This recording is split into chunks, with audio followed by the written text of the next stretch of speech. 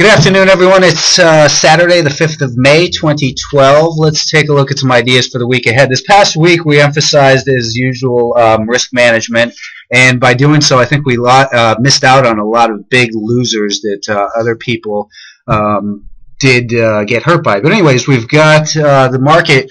This line on here right now on the SPY is the year-to-date volume-weighted average price, which is, interestingly enough, the recent support that we've seen just down near 136. So that's going to continue to be an important level, and maybe a little bit more important than we've previously placed emphasis on, because it is the average price for the year. So I think this 136, we've seen the market drop pretty hard here the last week, and we do have that declining 5-day moving average. So there's no guarantee we're going to bounce in there, but if we're going to, that's the likely spot where we kind of hold on a little bit. We did mention also that 100-day moving average is down at right now about 134.5. So if we were to undercut it a little bit, maybe create a little bit of a panicky feel the first couple days of the week, and that would be a level to bounce back up through that 136 level from. So, taking a look at some of the carnage in the market the last couple of weeks, like this Accretive Health, just, they continue to get smashed. There's no bounce in these things. And stocks that fail to trigger, like Avista, this was something, or actually it did trigger rather. It triggered by moving beyond that 26.25 level, which you can see on the weekly chart is a big level of resistance, which you would expect to continue to hold on. Well, we don't chase these breakouts, and then as we look for a level to hold as support, we're not going to just blindly buy these pullbacks, because obviously what we're seeing is that these pullbacks just continue to pull back, and the people who've been trying to buy at a previous level of resistance or a rising 10 or a 20 or even a 50-day moving average have been getting hit hard. We saw it in CTCM, which also triggered on Thursday, but reversed very sharply here, and there's just no reason to be in these names when they're doing that, because, look at FONR. It just continues to pull back. It didn't hold support at the 10-day or the 20-day. So even though I talk about moving averages a lot, there's no magic to them. The key is that that's the area we look for the shorter-term time frames to show evidence of the transformation between the buyers taking control from the sellers.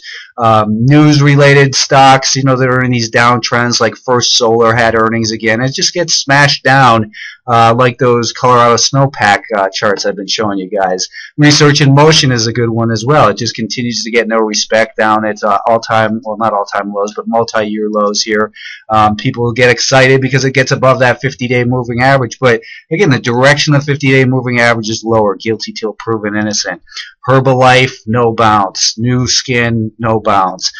Triple L, this is this is a good-looking stock. It looks like it's at a level where a lot of people would probably buy this thing, because resistance broken is supposed to act as support, and we had a big volume break followed by a low volume pullback. But until we have evidence that it's actually shifted and the buyers are able to maintain control, we just want to watch this pullback and say it's acting healthy so far. But this is probably the most important level here at about 72.80. It's prior support, and it's the location of that declining 50-day or 5-day moving average. So keep an eye on this one. Maybe set an alert up near about 72.75. But don't buy these things before they trigger, because here Onyx, Research in Motion. We talked about Teva last week, and if we played a strong defense, yeah, you might have bought this breakout, and it looked good for a little while. But when they fail, and then they fail to make these higher highs and higher lows, well, Friday this thing got smashed on the open, and there's no reason that anyone should have still been holding that. WPRT, here's a name people have been looking to bounce, but declining 10, 20, and 50-day moving average. Natural gas vehicles sound good, but the market's not buying that technology right now. So here's what we can keep an eye on for the week ahead. And none of these I really feel confident about yet, because we still have to let this market kind of settle in and let the buyers see if the buyers are going to regain control. But this Ariba, had some earnings a week and a half ago. It's holding up real nice. It was up on big volume, and we can see here on the 10-minute time frame, it's a nice tight consolidation. We watched it we were looking for it to get above I believe 39.5 or so. It did briefly, but because it was extended, we didn't want to buy it. And that's again by being cautious. And this is the market environment when everything's getting smashed. When everything's moving up, we can make those cheap buys, get in early because everything seems to be working. But when the market gets like it is now, this is where you really appreciate that extra level of defense by not getting involved until the stock triggers. And then when you do, to have that stop just below to protect yourself in case it does decide to reverse. So 39.5, maybe set an alert on that one to keep an eye on it. I hate to admit it, but this little solar stock looks good, this Canadian Solar, CSIQ. It does trade pretty decent volume, about 500,000 shares a day, but it's still super speculative, and all of those solars are getting hurt.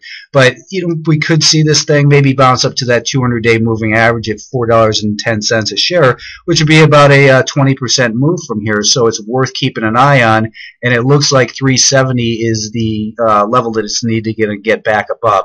So maybe you set your alert at 368. If you get triggered, worst case stop down here about 348. If you hold it below 348, you're not getting the program. Small losses. IART, this is another one that I think we were in this one actually for part of this big move, but it's pulled back to this prior resistance, the rising 10-day moving average. Volumes, oh wow, so the volume's only 222,000 shares. So you know what? I apologize for not catching that earlier, but scratch that one off the list. Lilly holds up, and if you remember on that article, I had my stop for the article at $32.20 or 40 cents actually.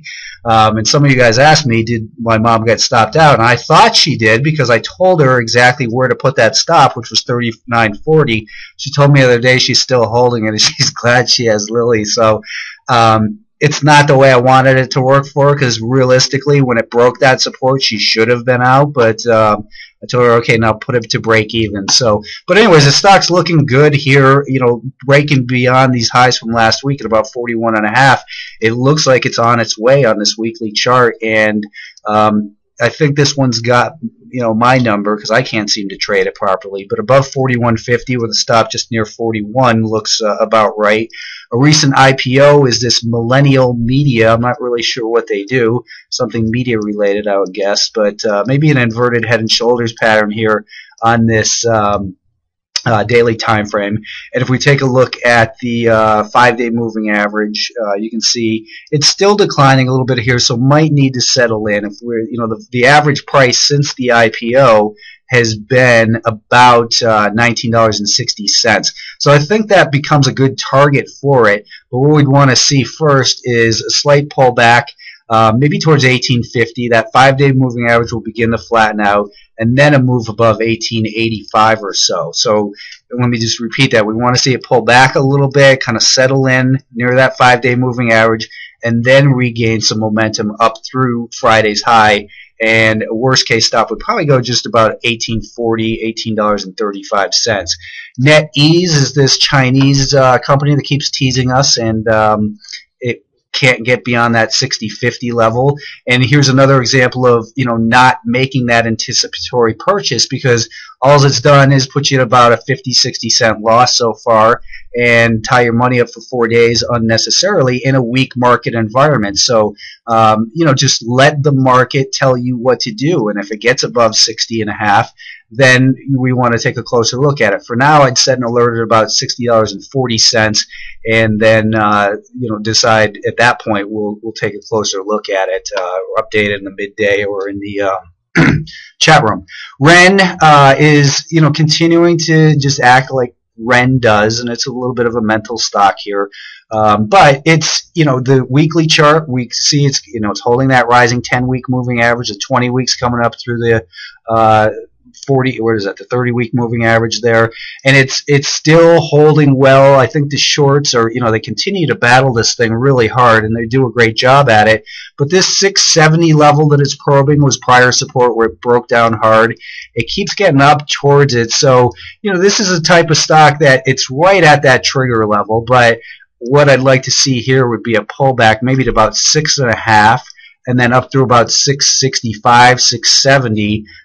you really start to watch this thing, because if it gets back above that $6.80 level, I think that's where you could see this one kind of, maybe torture the shorts a little bit in here with a stop below whatever this pullback low is. So let's just say $6.45. If we still see a little bit of weakness in the market, I think the Stericycle, SRCL, it started to break down a little bit here and probably has a couple points left in it. But we'd want to see it bounce up a little bit first, perhaps to the Friday's, well, not even there, maybe the 2-day volume weighted average price. So maybe up near about 85.5. I think this one could still bounce a couple, or drop rather a few points lower, down towards probably 82. But again, it's more neutral in here, and but down towards that 100 or sort of 200-day, 150 and the 200-day moving average kind of coming together there at this prior support at about 82 looks reasonable to me. Sexy SXCI, this is SXC Healthcare Solutions. It's had a great sexy chart this year, and huge move up on big volume. A lot of times that's towards the peak. It tried to get going again on Wednesday of last week and really had a nice little push beyond some resistance, and it made that higher high and a higher low, but then really came in viciously here. So I think back below last week's low, so back about $90.40. Back below that level, I think you're going to see that the people who have purchased after this big gap up in the news, and let's take a look at that volume weighted average price. So you can see they're kind of trapped in here and below about $90.40. I'm not sure we would see quite an aggressive move to fill the gap completely at 80, but down towards 86 seems reasonable with a stop, some protection. Worst case, really right up about that 92.75. If you wanted to be a little bit tighter with your risk, just about 92.15. And the final one, this is a lot of the big momentum names have been hit. Look at the chart of CMGI. Obviously, Apple's been having a rough time in here recently, but this Valspar has just kind of been defying gravity since last October, or what is this, August low in here, and it's had a move from 27 up to 51.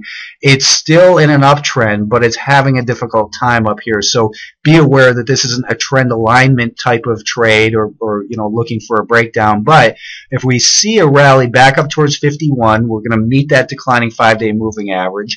And then once we start breaking below, breaking down from there, say at about $50.75, I think that will qualify as this making a lower high. So here's our high, a lower high, and then another lower high, which if that breaks down, I think we're going to see a drop down towards the 50-day moving average at about $49 a share. So it's not a big point mover, maybe a couple points here on a $50 stock, but it does look worth looking for. Again, go slow this week until we get this market to settle in. I don't think you want to be aggressive, obviously long, because nothing's really set up yet. In short, we've already expended a pretty good amount of energy to the downside, so that'll do it.